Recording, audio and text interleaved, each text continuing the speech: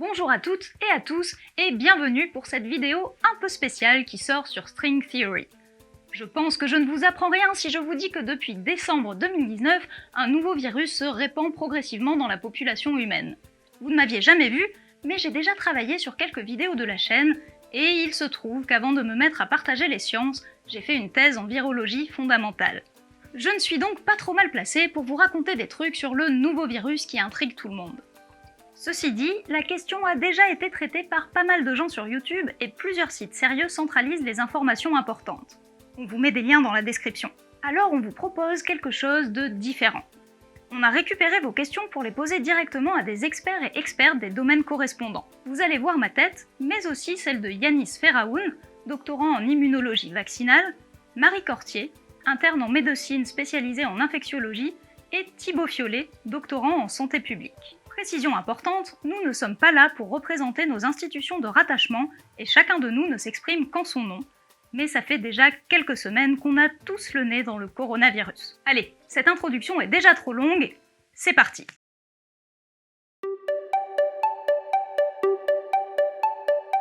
Les différents signes de la maladie en fait vont être très variables d'une personne à l'autre.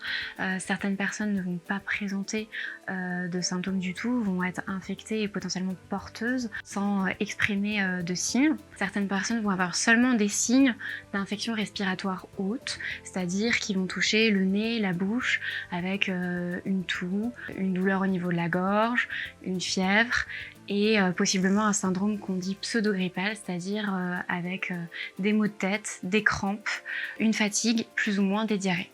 Pour les infections respiratoires basses, c'est-à-dire qui vont toucher les bronches et les poumons, certaines formes peuvent être graves et d'autres non graves. Par exemple, seulement une toux ou de la fièvre, mais on verra à la radiologie des images au niveau des poumons sans qu'il y ait nécessité d'apport d'oxygène. Et les formes qui vont être graves, et cette fois-ci qui vont nécessiter l'apport d'oxygène, voire une réanimation intensive.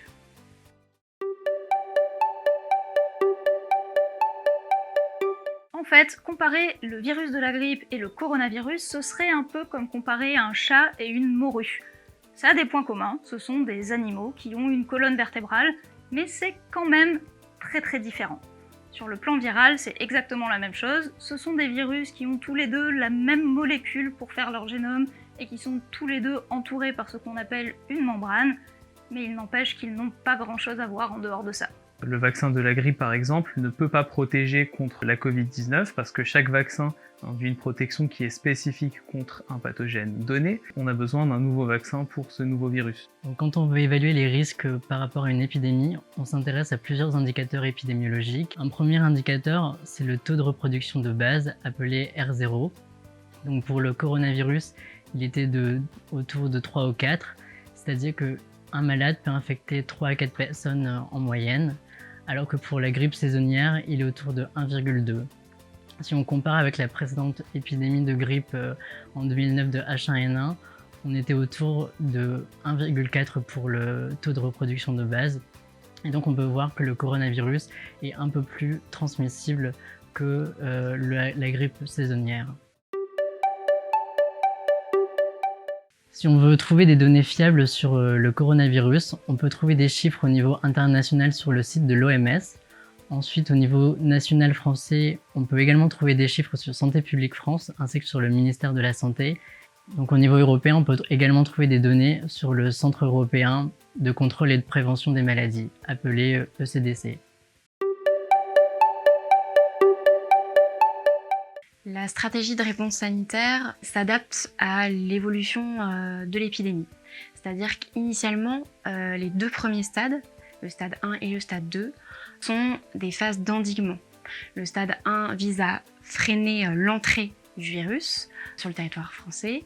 Le stade 2 vise à freiner son évolution sur le territoire en dépistant chaque cas individuellement et en apportant une réponse individuelle avec une prise en charge des cas secondaires également. Le stade 3 qui correspond à la phase d'atténuation lors de laquelle le virus circule activement sur le territoire et donc on passe d'une logique individuelle à une logique collective. Donc d'une part, on va identifier les patients qui nécessitent d'être hospitalisés.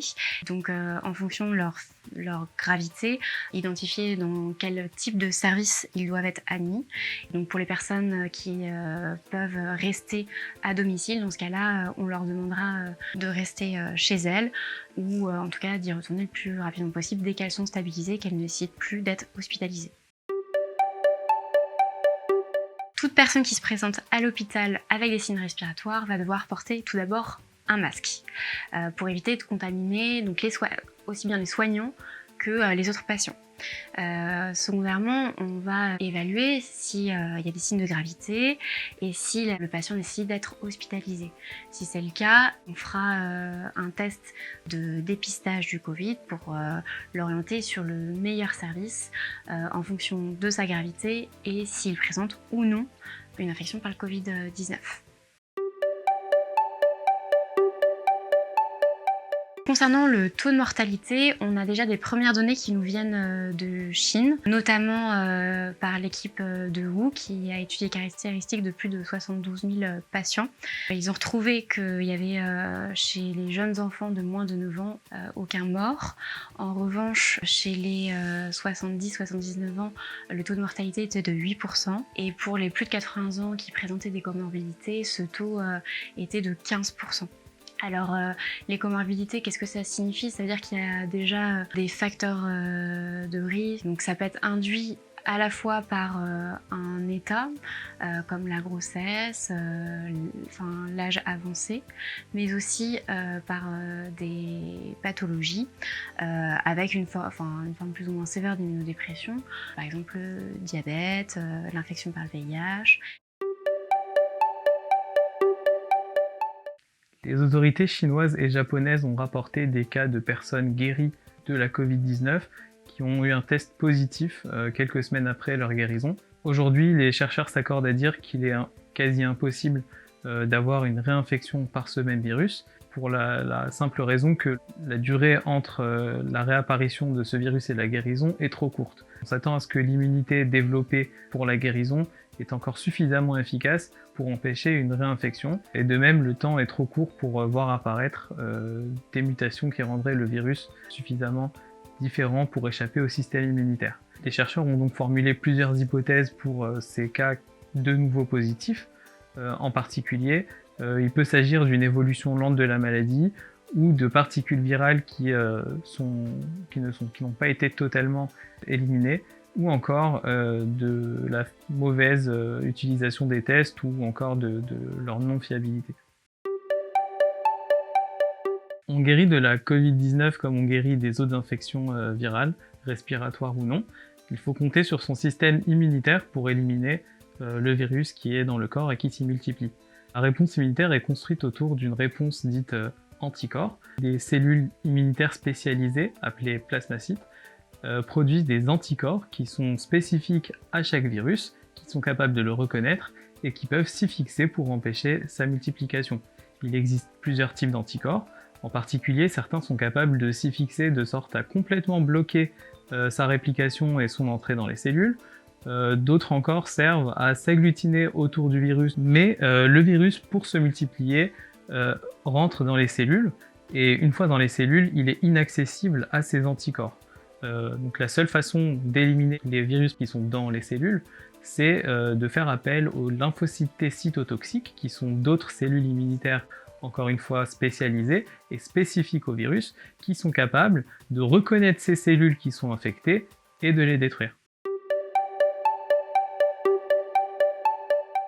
Plusieurs centaines d'essais cliniques sont en cours pour trouver un traitement efficace contre le SARS-CoV-2, mais à l'heure actuelle, aucun traitement n'est parvenu à guérir les patients. Parmi les traitements qui sont testés en essais cliniques, on retrouve des antiviraux qui sont habituellement utilisés pour combattre d'autres infections virales, en espérant qu'ils soient aussi efficaces pour empêcher soit la réplication des virus, soit empêcher leur entrée dans les cellules, le virus causant la Covid-19. D'autres traitements sont des immunomodulateurs, c'est-à-dire des molécules qui sont capables d'aider le système immunitaire à être plus performant. D'autres médicaments sont plus généraux, sont utilisés comme des antipaludéens, Et enfin, des médicaments sont créés de novo, donc sont inventés et sont en cours de développement. En ce qui concerne les vaccins, la recherche vaccinale prend énormément de temps et il faudra attendre avant de pouvoir avoir un vaccin sur le marché. Merci d'avoir regardé cette vidéo. On espère qu'elle vous a intéressé et qu'elle vous aura permis d'apprendre des choses sur ce nouveau virus. Pour en savoir plus sur la maladie qui l'entraîne, vous pourrez aller regarder le 2e épisode de ce format spécial. Plus généralement, comme la situation change tous les jours, n'hésitez pas à aller voir directement les recommandations officielles pour savoir où on en est. Et s'il vous reste des questions, vous pouvez les poser dans les commentaires. Enfin, si vous voulez plus de science dans votre YouTube, abonnez-vous à la chaîne.